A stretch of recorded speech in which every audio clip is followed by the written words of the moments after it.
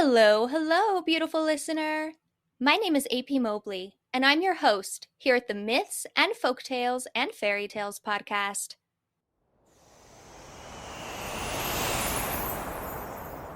I'm also the author of dark fantasy inspired by mythology, so if you ever wanted to check out my books, I'd really appreciate it.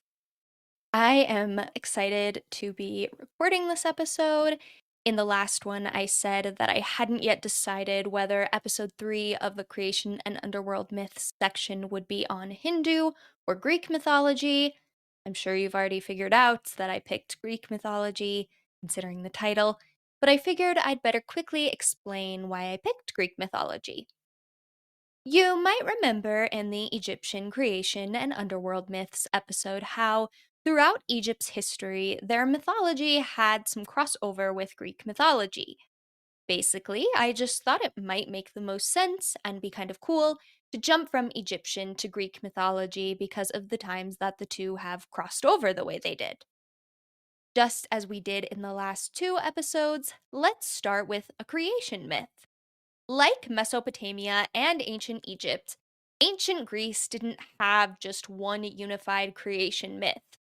I really only know of three: the fairly detailed account by Hesiod, the creation story that's referenced in Homeric tradition, and then the Orphic creation story. Today, I want to talk about the Hesiod version, and I hope you enjoy it as much as I do. Our story begins with chaos, with nothingness, kind of like the Heliopolitan creation myth and how it started with the waters of chaos. But out of the dark nothingness, chaos creates Nyx. Chaos and Nyx create Eurybis, and Eurybis and Nyx get together and have Aether and Hemera, and then Aether and Hemera get together and have Desire, the sea, Tartarus, which we'll talk about a bit more later, and Gaia, the personification of the earth. Gaia then creates Uranus, the personification of the sky, and those two get together, kind of like how in Egyptian mythology, Geb, the earth, and Nut, the sky, get together. And Gaia gives birth to the Titans, the Cyclopes, and the Hundred-Handed Ones.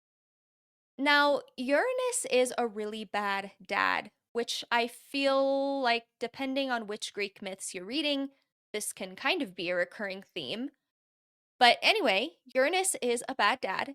He's not too fond of his children with Gaia, and so he hides them away inside of her.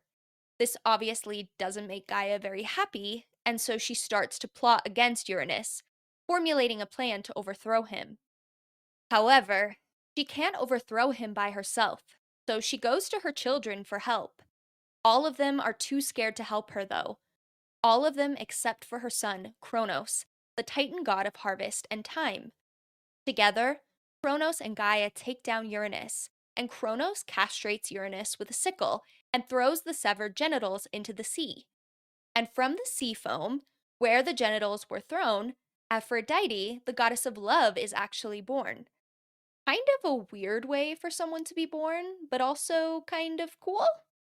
Anytime I read or think about this part of the story, the image of the Birth of Venus painting by Sandro Botticelli pops up in my head.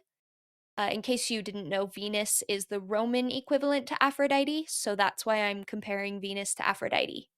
But I absolutely love that painting. It's so gorgeous, and I feel like it perfectly encapsulates the beauty and wonder of Aphrodite and how she came to be. With Uranus defeated, Kronos ascends the throne.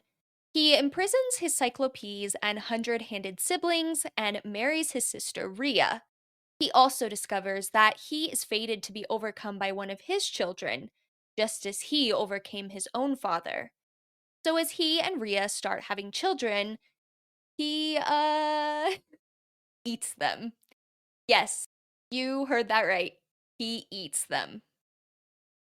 He and Rhea actually end up having 6 godly children together, and you'll probably recognize their names, even if you know barely anything about mythology. There's Hestia, goddess of the hearth, Demeter, goddess of the harvest, Hera, goddess of marriage and family, Hades, god of the underworld, Poseidon, god of the sea, and Zeus, god of the sky and lightning and thunder. and Kronos eats all of them except for one, Zeus. Rhea hides Zeus away and tricks Kronos into thinking he's eaten Zeus by giving him a rock instead. So Zeus grows up, and of course he's strong and powerful and everything, and he goes to Kronos and makes the Titan throw up all of his brothers and sisters. He also frees the Cyclopes and the Hundred-Handed Ones, and the Cyclopes are so grateful that they make him his object of power, his big bad lightning bolt. They also make Poseidon his big bad trident, and they make Hades his big bad helm of darkness. Then they all team up, the gods and their recently imprisoned family members, I mean, and they go to war with the Titans. Some Titans switch sides and help the gods, while others double down on helping Kronos, and the war lasts for 10 years. In the end, the gods overcome the Titans and banish the Titans who didn't work with them to Tartarus, which is in essence kind of like hell from the Christian mythology. Which, side note, just so we're clear, because I don't think I've clarified this before, and I know I have some religious listeners, when I refer to these stories as myths, I'm not saying that I believe any of the particular gods or pantheons of gods or really any supernatural being are for sure not real, or that if you believe in any of them, you're wrong in doing so. I 100% believe in freedom of religion. Just don't use your religion to hurt others and don't force your beliefs on others. And I consider myself to be a spiritual person. The reason I have mythology, folklore, and fairy tales sort of lumped together in the show is because I feel like they're connected to each other. Now, I'm not claiming to be an expert, I'm not an expert, but let me explain where I'm coming from here. Mythology, by definition, is a body of old stories that explain how the world and people came to be, why the seasons change, how the gods came to be, etc.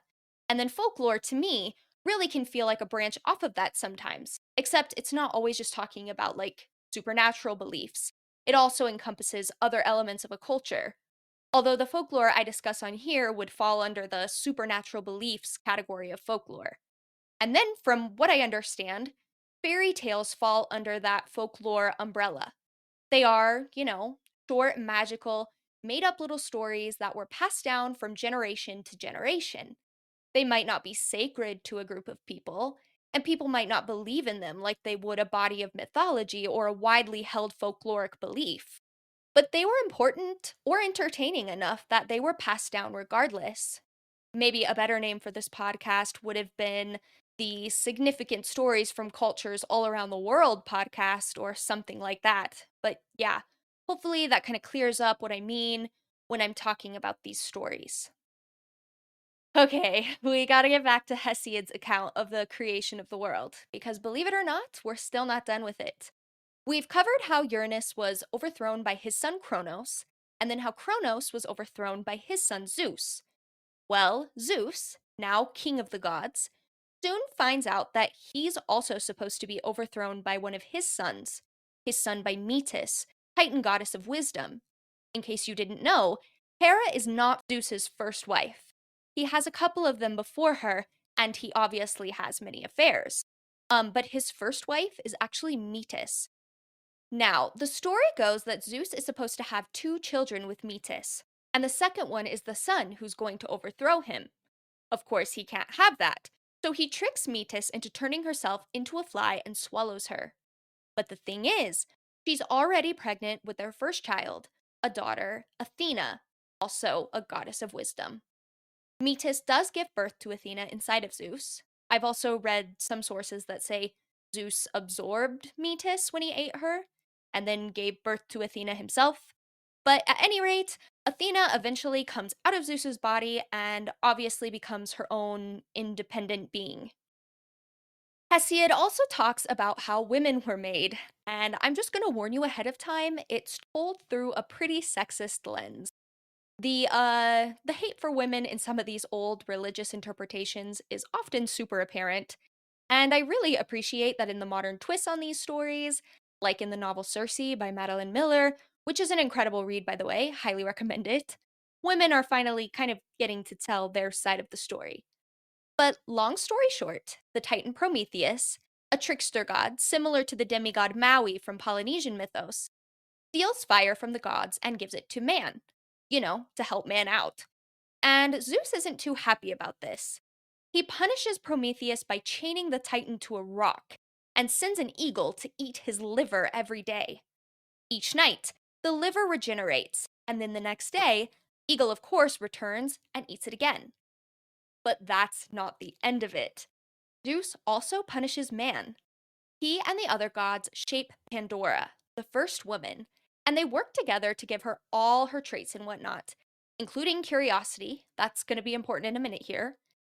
And then, after Pandora is finished, Zeus gives her a box. And in this box are horrible, horrible things: sickness and violence and death and all that good stuff. And because of the curiosity that the gods gave Pandora, she can't help but open the box. This ultimately unleashes all of those aforementioned horrors into the world. No, the implication is not lost on me, and yes, I'm not a fan. Thankfully, there's also hope in the box, so man isn't totally screwed, at least. But yeah, I don't know about you, but I am hashtag Team Pandora, and I completely blame Zeus for that whole debacle. He gave Pandora the box in the first place. He knew she'd open it because she was given the trait of curiosity, and in my opinion, the punishment did not fit the crime, especially considering Prometheus was the one who stole the fire in the first place, and he was already being punished in a crazy, brutal way. I don't know. Zeus's wrath here just seems disproportionate and silly to me. But then again, it seems like a lot of gods from various mythologies get at least one moment where their extreme anger feels a little unwarranted. I'm guessing this is because when these stories were first being written down, the world was an even harsher place than it is now. So it only makes sense that ancient people's interpretations of the gods would reflect that harshness. All right, now it's time for my favorite part of these creation and underworld myth episodes. We're going to talk about the underworld. Like I said earlier, Hades is the god of the underworld in Greek mythology, and the underworld even shares his name. So you can refer to it as the underworld, or you can refer to it as Hades. It means the same thing. Kind of like how in Norse mythology, the underworld that the goddess of death named Hel, spelled Hel, not Hell. But the underworld she has a domain over can also be called Hel or Helheim. Which, side note, Hel is my number one favorite goddess from literally any mythology. I think she is so cool, and I am hyped to talk to you about her in the future. I love her so much that I've given my fictional interpretation of her a big role in my upcoming series called The Gods Are Rotting. It's that revamped and republished version of my War on the Gods companion story series. And now that I've had time to develop the story and characters more and focus on the elements of the world that make it different from other mythological reimaginings, I would pitch it as The Walking Dead meets Lost Gods by Brom. So if that sounds interesting to you, stay tuned because it's happening. Okay, okay. No matter how excited I am about all these projects, I gotta stay focused. We're talking about the ancient Greek underworld right now, called Hades, which is also the name of the Greek god of the underworld, Hades. So, in the last episode, when I was going over the Egyptian underworld, I talked about what it would be like if you were a soul trying to get through it to reach the afterlife. I'll kind of do that here too. But when you died, obviously you needed to be buried properly, and you would get coins set either in your mouth or over your eyes. And this was done so that you could pay the ferryman of the underworld, Charon, to ferry you across the rivers so you could be judged and placed in the appropriate spot.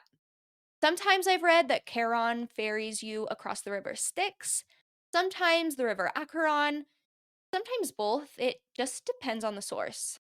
But anyway, when you died, you'd get your burial, you'd get your coins, and Hermes, the messenger of the gods, would guide your soul to Hades. You'd pay your toll, you'd cross the rivers, and then you'd have to go through the gates where Cerberus, this monstrous three-headed dog, hangs out. Cerberus guards the gates so that, souls can't leave Hades. But rumor has it he likes music. More on that later. So I guess if you ever find yourself in Hades and you need to get past Cerberus, try singing him a song? After going through the gates, you would then be judged. There are three judges, and there's several different places your soul could end up depending on the kind of life you led. If you were a supremely evil person or you horribly disrespected the gods, you would be put in Tartarus, which, as I said earlier, is kind of akin to the Christian hell. If you were a really awesome hero who led an exceptional life and did a lot of good, you'd be put in Elysium, which is best described as a paradise, so kind of akin to the Christian heaven. But it's my understanding that a majority of people ended up in Asphodel, which is just an ordinary place. It's not really good, it's not really bad, it's just kind of medium. That reminds me. I don't know if any of you have seen the show The Good Place, but in that series, you either end up in the good place or the bad place after death, depending on how many points you got while you were alive. And then there's one character who ends up in a medium place because of this great thing she did right before she died. Not only has The Good Place become my favorite show since I saw it, seriously, it's so funny and profound with the best characters. And it has the most beautiful, powerful love story, probably the best I've ever seen. But the inclusion of this medium place in the show always makes me think of Asphodel and just how meh of a place it probably feels for the souls who are there. Now, I have read that there are a couple of other places souls can end up besides just Tartarus, Asphodel, and Elysium. There's the Fields of Mourning, also called the Fields of Sorrow, where people who dwelt on unrequited love end up when they die. This sounds totally miserable. Don't get me wrong, I adore stories with unrequited love, like the original Little Mermaid and the movie Corpse Bride. And that's why one of the major themes in my War on the Gods series is unrequited love. I had that planned from the beginning because I wanted to tell a story where someone has to work through their romantic feelings for another person and maybe not get over them necessarily, but let them go and be at peace about it. It's just so sad to me that in this mythology, there's a whole place dedicated to mourning the fact that someone you love doesn't love you back. There's one more spot in the underworld that souls can be placed in that I want to talk about before we move on to some stories that involve the underworld. This last place is called the Isles of the Blessed.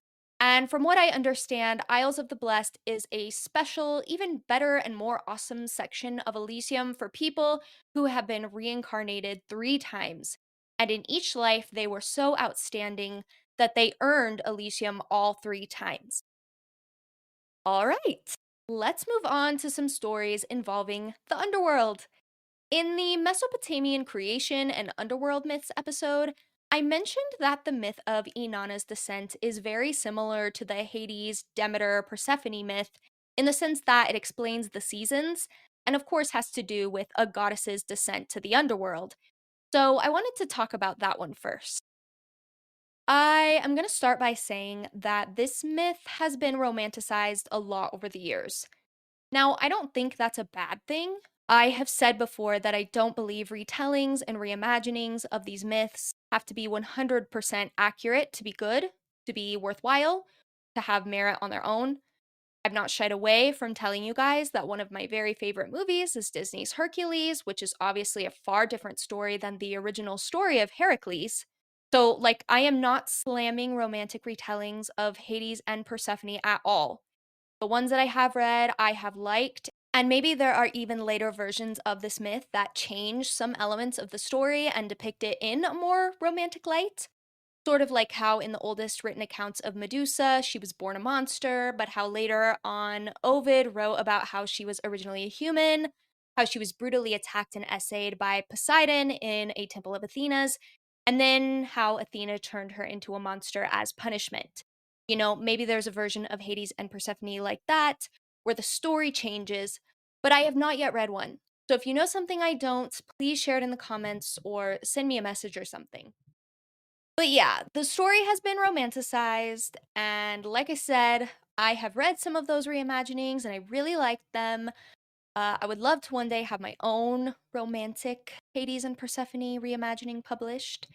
But here on the podcast, I do want to talk about the oldest version of the story that we know of, which is actually quite sad and scary. Our story begins with Hades, the god of the underworld and the king of the dead. Hades, in the few times that he's come out of the underworld, has seen Persephone, goddess of spring, and he's interested in making her his wife. He asks Zeus for permission, since Zeus is Persephone's father, and Zeus grants him permission, but they both know how protective her mother, Demeter, is of her, and that Demeter would never agree to the union because it would mean she'd never get to see Persephone, because Persephone would, of course, be living down in the underworld if she were its queen. So they come up with this plan for Hades to kidnap Persephone, because, why not? They're gods. They can just do whatever they want without regard for others, I guess. Anyway, Demeter and Persephone are out and about on Earth the next day because Demeter is a goddess of harvest and all, and so she's got to take care of the earth and whatnot. And while she's out doing her work, Persephone is hanging out with some nymphs. Persephone strays away from the nymphs for a moment to check out this pretty flower, and this is when Hades takes her. He opens up the earth and grabs her, and despite her terror and her protests, he drags her down to the underworld and forces her to marry him. Now, we talked about how loving and protective Demeter is of Persephone, and so as you can imagine, when she realizes that her daughter is missing, she immediately starts looking for her. She searches for Persephone for a long time, all the while neglecting her duties as a harvest goddess, and the earth, being unattended to for so long, starts to go barren. People start dying of starvation, and Zeus realizes he's got to intervene. He sends Hermes down to Hades to get Persephone, and Demeter and Persephone are overjoyed when they're reunited. But here's the thing. Hades tricked Persephone into eating some pomegranate seeds while she was in the underworld, and so she's bound to that realm. This seems to be a common motif in all sorts of stories from around the world. So if you ever find yourself in one of these underworlds or in the land of fairy or anything like that, be sure not to eat there, or you might end up stuck there forever. So Persephone was tricked into eating those pomegranate seeds, and she's bound to the underworld. But there's got to be a compromise here, because if Demeter doesn't get her daughter back, everyone and everything is going to die. So Zeus comes up with a compromise. For a portion of the year, Persephone will be with Hades, and for the other portion of the year, she'll be with Demeter. This is how the ancient Greeks explained the seasons. When Persephone is with her mother, it's warm and beautiful, and the earth is bountiful. And when Persephone is with Hades, Demeter grieves her absence and things die and whatnot. Okay, I'm going to talk about one more underworld myth before we wrap things up. This one's the story of Orpheus and Eurydice. Eurydice? Hopefully, I'm saying that right. I apologize if I'm not. Our story begins with a happily married couple, Orpheus and Eurydice. Orpheus is an extremely talented man, a musician, and of course, Eurydice is this beautiful and wonderful woman because they usually are in these stories. Anyway, while Eurydice is out one day, either dancing or running away from a man who's trying to pursue her, depending on the source, she gets bit by a snake and dies. Obviously, Orpheus is totally heartbroken over this, and he decides to descend into the underworld to see if there's any way he can get his wife back. So he goes down there, and do you remember how I said earlier that Cerberus guards the gates of the underworld, and that he seems to like music? Okay, that's important here. Since Orpheus is alive, he's not really supposed to be in the underworld. He's not really supposed to get past the gates that Cerberus is guarding. But he plays a song and lulls Cerberus to sleep and is able to pass through the gates that way. Finally, he reaches the hall of Hades and Persephone, and he plays them a song about his grief over Eurydice's death. And the beauty of his song actually moves them so much that they allow him to take her back to the land of the living with him, on one condition. She's going to be behind him as they're walking out, and he's not supposed to look back at her no matter what. Sadly, as the couple is walking out of the underworld, Orpheus can't hear Eurydice behind him, and he does end up looking back. Eurydice was behind him, and he even sees her, but because he looked back, Eurydice is called back to the underworld, and Orpheus is unable to bring her to life. Usually at this time I would do a little outro, But before I do that, I actually have a bit of an update or heads up or whatever you want to call it. I won't go into great detail, but I've been dealing with some serious health issues. It's causing really debilitating brain fog and fatigue and bodily aches and pains and just general misery.